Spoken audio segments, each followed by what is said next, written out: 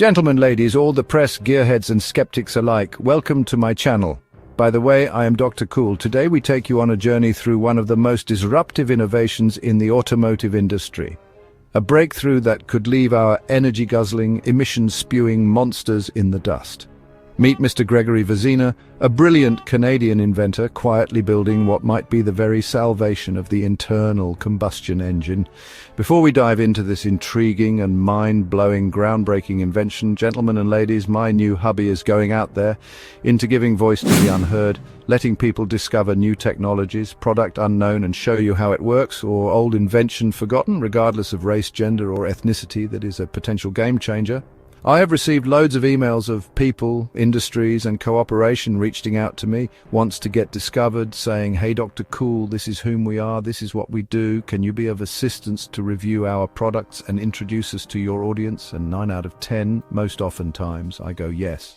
There are hundreds of thousands to hundreds of millions voices unheard out there that are being pushed out of the mainstream media. Here I am today to light up your world. Like this inventor that was brought to my desk by someone who chose to remain anonymous. This is a game changer, and you don't want to miss a single detail of this happenings. Let's get back to the show, shall we? This genius, I hope he is still alive, his groundbreaking invention have the potential to rewrite the rules of how we perceive energy in our world today as we battle with climate change and energy poverty and being sold a lie of greenwashing. Mr. Gregory Vezina stands as beacon of hope to humanity. In an era where electric vehicles dominate headlines and synthetic fuels struggle to survive, Vezina's ammonia-powered car roared to life like a thunderclap in the storm of greenwashing and corporate monopoly. Yes, you heard that right. A car powered by ammonia. What is ammonia? Before we dive into the car, let's get this straight. What is ammonia? Ammonia, chemically written as NH3, is a compound made up of nitrogen and hydrogen. It's a colorless gas with a strong, pungent smell. The same one you've probably whiffed in cleaning products. But beyond household chores, ammonia has long been used in agriculture as fertilizer and in industries as refrigerant and chemical feedstock. But here's the mind-blower. Ammonia is all around us. It's produced naturally in the environment through the decomposition of organic matter. Even your own body produces ammonia, and more importantly, it can be synthesized using air for nitrogen, water for hydrogen, and sunlight as the energy source. That means with the right tech, ammonia can be a clean, renewable fuel, made practically from thin air. In one of the most eye-opening moments in green energy history, Gregory Vezina took his 1981 Chevrolet Impala, modified it to run on ammonia, and fired it up. Clean, powerful, and nearly zero emission. No carbon footprints, no greenhouse gases, no guilt. He called his version of the solution clean ammonia, made from sunlight, water, and air, with the hydrogen cracked from it on demand. The implications, mind-blowing. Unlike fossil fuels that pollute, or lithium batteries that exploit rare earth minerals and generate tons of electronic waste, ammonia can be stored, transported, and even burned in existing internal combustion engines. Yes, that means your car, your truck, even heavy-duty equipment can be retrofitted to run on clean ammonia without scrapping the engine. The entire world is scrambling to find alternatives to fossil fuels. Porsche, for instance, invested billions in synthetic fuels to try and save internal combustion engines. Synthetic fuel obtained from regenerative energy has always been an intriguing option given its closed CO2 cycle. It can be used as a drop-in, directly helping to reduce CO2 emissions and in the long run replace conventional fuel altogether.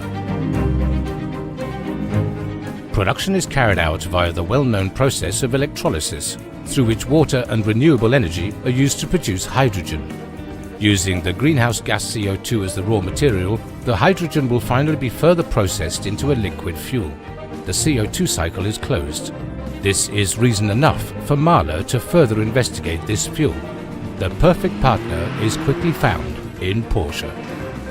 The test vehicle, a production series Porsche 911 GTS, tested on a chassis dynamometer with the synthetic fuel. The results were remarkable. On the test rig, the vehicle showed that it runs without a problem on the synthetic fuel. But what does the introduction of synthetic fuel mean for the Mahler products? With regards to the components, the results are indeed promising. We have shown that the so-called hard parts, by which we mean pistons, valves and bearings, have absolutely no problems with these alternative fuels or with blends of these fuels. The filters, in particular the fuel filters, have also been shown to have no problems. And the 911 test drive confirmed those results. The driver, Moritz Martini, manager engine tuning sports cars at Porsche. Does he feel any difference in the driving experience? What impressions does the synthetic fuel leave after several hours of test driving? I was definitely surprised and positively impressed. If I were to do a so-called blind test, I really wouldn't be able to tell if the car was running on synthetic or normal fuel. Synthetic fuel from wind and solar energy. A new chance for CO2 neutral mobility. That was so lovely, but synthetic fuels, while promising, are still wildly expensive to produce and far from being commercially scalable. Hydrogen fuel cells? Amazing on paper, but storing hydrogen gas is an engineering nightmare, highly pressurized, explosive and extremely costly to distribute. And don't get us started on electric vehicles. Yes, electric vehicles are part of the solution, but honestly, they are no silver bullet. The shiny electric vehicle dream, mostly marketed by the West, is facing some serious cracks. Let's break it down. Lithium batteries depend on rare earth minerals. Mining them causes ecological disasters and geopolitical exploitation. Range anxiety and thermal runaway remain serious issues. Battery recycling is expensive, toxic, and still inefficient. Charging downtime and infrastructure are insufficient in most countries. And finally, electric vehicles are anything from garbage to futuristic on papers. However, affordability left the chat. If we compare the EV and self-powered car from Maxwell, we will see the reason why the established order don't want us to have such technology. Because it practically democratizes our life in a different way never thought possible. Chinese companies like CATL and BYD have made some pretty remarkable breakthroughs, such as the Blade battery. It charges faster, it's more stable. But honestly, the price? Absolutely astronomical. The BYD U7 and U9 might boast sleek tech, but they're actually more expensive than most European and American electric vehicles. Let's be real for a moment. If electric vehicles are already this costly in China, where labor is, well, relatively cheap, just imagine how much it would cost to produce them in Germany or the United States. You'd need to sell a kidney, maybe even two. So, what's the real future of automotive mobility? Well, this is really where ammonia shines. It doesn't require you to throw away your engine or completely redesign your vehicle's architecture. It doesn't need rare earth mining or ultra-high-tech infrastructure either. All it really needs is air, water and sunlight. Plus, of course, a clever process to produce and store the fuel. And Gregory Vezina's technology, well, it delivers exactly that.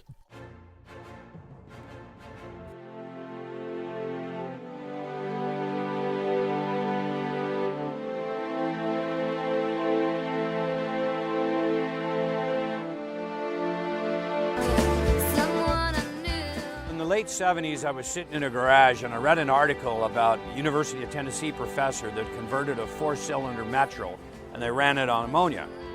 And I thought, ammonia, that's the easy way to do hydrogen. And so I did a lot of research and found out that ammonia had been used as a fuel to run engines since the mid-1800s and that streetcars ran on ammonia up until 1905. And then I found out that Rudolf Diesel made ammonia engines before he made diesel engines. So I went to Los Angeles and hired some engineers and brought them to Canada, and we converted this thing right here and a diesel pickup, both to run on ammonia in 1980. And then we drove this thing from Edmonton to Ottawa to Montreal to Toronto and got our world record for distance for alternative fuels on hydrogen-based fuel. There's two major international studies on ammonia safety and handling that find it as safe as, if not far safer than gasoline. The real advantage of ammonia is that we can make it from non-hydrocarbon sources. It's totally green. There's no emissions except nitrous oxide. It'll increase your maintenance, your range, your power, your output, and it's half the price. So it's much more efficient than other fuels. It's 110% efficiency, 120% net power output. It works better than other fuels. There's no carbon in it, so there's no oil viscosity breakdown, very little wear and tear on engines. The only real problem with ammonia, if there is any, is that it's got a very narrow flammability range. So it's very difficult to ignite. Well, that's an advantage because it's classified as a non-flammable gas by the SAE. So as long as you get the fuel-to-air mixture right and a big fat spark, it runs all day long. The US government is taking a serious look at ammonia as a fuel. The DOE's done a major study that found that you could fuel 80% of the vehicles in the United States in the 100 largest cities using the existing infrastructure. Ammonia right now is stored for 6 months and then used by the farmers in 2 or 3 weeks. So we could fuel all the vehicles we have using the existing storage capacity if we make it throughput. So we don't have to spend billions of dollars building infrastructure. All we need is fuel stations. And that's what gives this fuel an advantage over all other fuels. In 5 years, we could run everything on ammonia and have carbon negative fuel. Fuel that actually takes carbon out of the atmosphere in its manufacture and eliminates carbon when you make it from coal or oil. You take the carbon out and you make black soil fertilizer out of the pollution. It's amazing to me that a technology as simple as this hasn't been adopted not only in North America but around the world. And the reason why is quite simple. History wasn't ready. The world wasn't ready. The need for this technology, mankind is reactive, not proactive. We respond to crisis rather than opportunity. There we have hydro fuel. 1, 2, 3, money. Isn't that amazing? That's 10 years. Oh my God. The politics of innovation is, frankly, a tricky business. In an interview, Mr. Vezina recounted how he met Justin Trudeau, who was Canada's Prime Minister at the time, and he was, well, disappointed that his ammonia-powered car wasn't even mentioned at major climate meetings.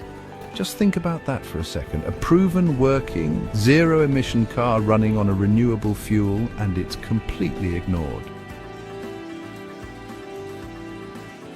Why? Well, because disruptive technologies are only really welcome when they can be controlled, monetized, and patented by, the elite. History, honestly, is just full of these cautionary tales. Nikola Tesla was discredited and defunded when he proposed wireless energy. Stanley Meyer, who created a water-fueled car, mysteriously died after a meeting with so-called investors. Maxwell Chikumbutso, a Zimbabwean high school dropout, created a self-powered generator and car using radio frequencies, only to be ridiculed, blocked from mainstream media, and labeled a fraud simply because he refused Western validation. If a technology can't be taxed or monopolized, it quickly becomes a threat. And well, that's exactly where we stand today. What they don't want you to know is this. The ammonia-powered car is not some futuristic dream, it's already here. Vezina's Impala ran cleanly on ammonia. The science is frankly solid. The infrastructure needed is minimal compared to electric vehicles or hydrogen. The emissions virtually zero, so why hasn't it gone mainstream? Because, big oil doesn't want you to know, and, well, politicians would rather talk about these so-called green transitions that frankly just keep their friends rich. Plus, EV companies need you to keep buying batteries, right? They're quick to shove electric vehicles down your throat while pretending disruptive clean fuels like ammonia don't even exist. But there's hope. Thanks to independent voices, climate activists like Greta Thunberg, and open source researchers, awareness around ammonia as a fuel is actually growing. Slowly but surely, people are beginning to realize that, yes, there are other better ways to save the planet. Ways that don't involve, selling a house just to afford a car. And Vezina's invention, well, it could be the first domino. Between Gregory Vezina's ammonia tech and Maxwell Chikumbutso's self-powered systems, we are staring at technologies that could literally rewrite our future. But it's up to us, the people, to defend, promote and support these inventors, because if we leave it to politicians, lobbyists and corporate monopolies, they'll just bury these solutions in red tape, lawsuits and, well, disinformation campaigns.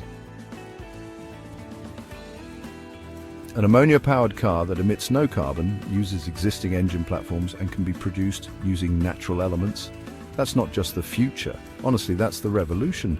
So the next time someone tells you electric vehicles are the only answer, ask them why we're ignoring a fuel that can be made from air and water, burns cleanly, and, yeah, costs a fraction of lithium or hydrogen tech. And when you hear the skeptics crawl into the comments saying it's all impossible, just remind them. The only thing that's impossible is trusting the same system that profits from pollution to deliver your salvation. Now sit back, because in the next segment we're sharing exclusive clips and interviews with Mr. Vezina himself and showing you the reality of the ammonia-powered car that the world tried to keep in the shadows. A Toronto scientist says he could revolutionize development of the Alberta tar sands. A Saskatchewan promoter says he could revolutionize the family car. They both want to do it with hydrogen. And as Terry Malevsky explains in tonight's special report, they're the latest ideas in an explosion of research into the fuel of the future. It runs the space shuttle as an exotic fuel. It's available everywhere as water. You just run electricity through water and you get oxygen and hydrogen, the fuel of the future.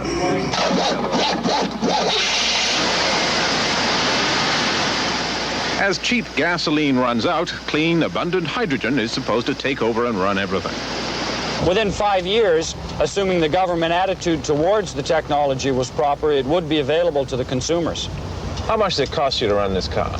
On a cost per mile basis, it costs you $1.80 a gallon equivalent. So for $1.80, you get enough ammonia to go as far as you would on a gallon of gasoline.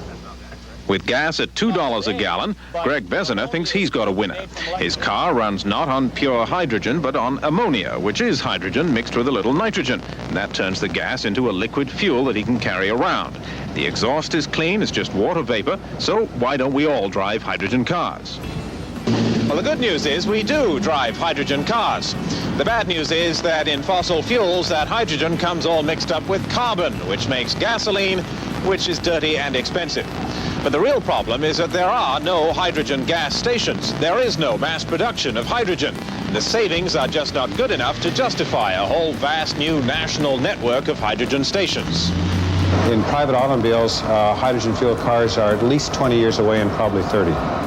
Dr. David Scott runs the University of Toronto's Hydrogen Institute, where they're looking at better ways to use hydrogen, not by building lots of little hydrogen stations. Scott wants to build one big one to get a much bigger bang out of the fossil fuels that we have left. Specifically, the Alberta tar sands, trillions of tons of energy locked up in sticky sand. This is a hydrocarbon, but with too much carbon and not enough hydrogen. It takes endless refining to get rid of all that carbon and make a liquid fuel. What we do now is we dig up this much fossil fuels with the tar sands, let's say, and you, one way or another, throw out carbon until you have the right hydrogen-carbon ratio. Much better, economically, environmentally, and everything else, to dig out this much fossil fuel and add hydrogen from falling water or nuclear reactors or whatever and make this much gasoline. Do you see what I mean? Now, the impact of that is quite astounding. We can literally get between 2 to 4 times as much product from a given barrel of whatever it is that we dig out of the ground if we add non-fossil hydrogen to that.